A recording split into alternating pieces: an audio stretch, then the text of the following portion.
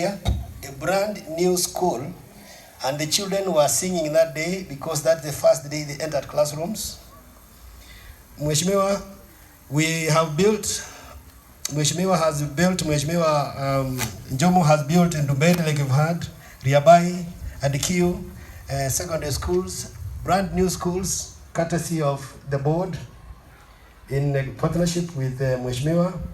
We have built Mishimboko Secondary School, Likoni, Mombasa. We did Gilgil Girls Secondary School just the other day. Unity Primary School in Naivasha was just done the other day. Makonge Primary School is a brand new school in Kimilili. Those are just a sample of the few schools. Of course, I've not mentioned Mwangasa Primary School in Rurambi and Matene Primary School. Those are schools that the board has built. All I'm saying, Mwesh, is that Mheshimiwa Waziri, is that the board's major function is to implement national government non-devolved functions, majorly in education and security. We build schools, we build police stations, we build housing for police and such. But most of our work is in the area of education. We build classrooms, we build laboratories, we build dormitories, we build halls, we buy school buses through the Constituency Development Fund. We give bursaries, Mheshimiwa Waziri, to students. And currently, we are projecting to have spent about 10.1 billion towards bursaries for students at all levels of education, in secondary, tertiary institutions, and some of the needy ones who don't get the help loans for universities. Waziri, we are also doing KMTCs. We are building Kenya Medical Training Centers in partnership with the constituencies.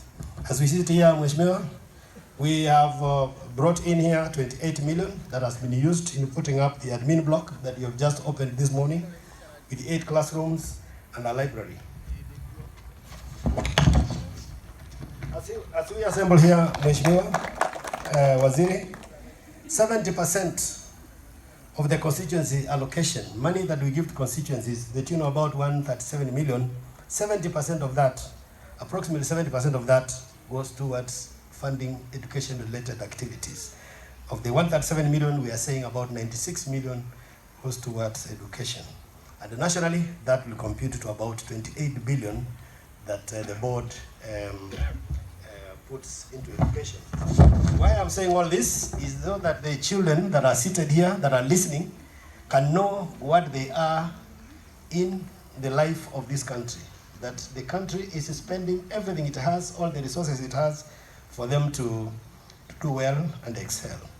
It is the board's policy, Bwana Waziri, to sensitize the public who originate school projects, to prioritize areas that address the current challenge we have of the MOH protocols of social distancing in classrooms, dormitories, laboratories, and improvement of sanitation facilities as we address the challenge of COVID.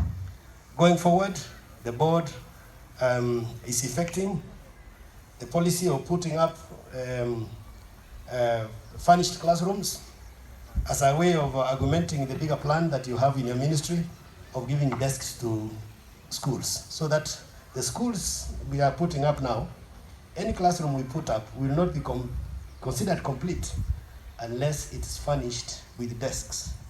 And we're also using your standard plans from the Ministry of Education to put up classes so that we are sure the quality of infrastructure that is put up, so that we will not just spend money to put up a school which collapses a few years after being put up. We are challenged, Mheshimiwa Waziri. You see some of the flag schools that we see in this country that were built in 1920, and they are still standing solid. And yet we put up schools in 1970s, 1980s, and some of them are collapsing. It's a big challenge to us because it means we shall again repeat the putting up of the same infrastructure, and some of the scarce resources we have will be applied towards putting up schools. So we are, as a board, determined to work with the honorable members of parliament in ensuring that the infrastructure that we put up has the component of value for money, and quality, so that once our project is done, it is a flagship that will stand the test of time. And finally, Mheshimiwa, on the matter of bursaries, we wanted to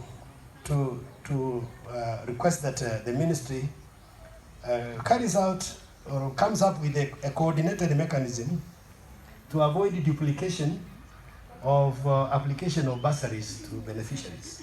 We find that sometimes we finance children who again go out and they get funding from other persons, and then you find that a single individual gets 3 supporters or 3 persons supporting them, and in the process they deny other who would have been more deserving cases. If we get a mechanism that coordinates us better, the resources will go a long way in touching the very needy amongst us. With those many remarks, I want to thank you once again, Waziri, and let you know that the board of directors and the honorable members will continue working consistently in support of the wonderful job you do for our children in this country. Thank you very much, and may God bless you.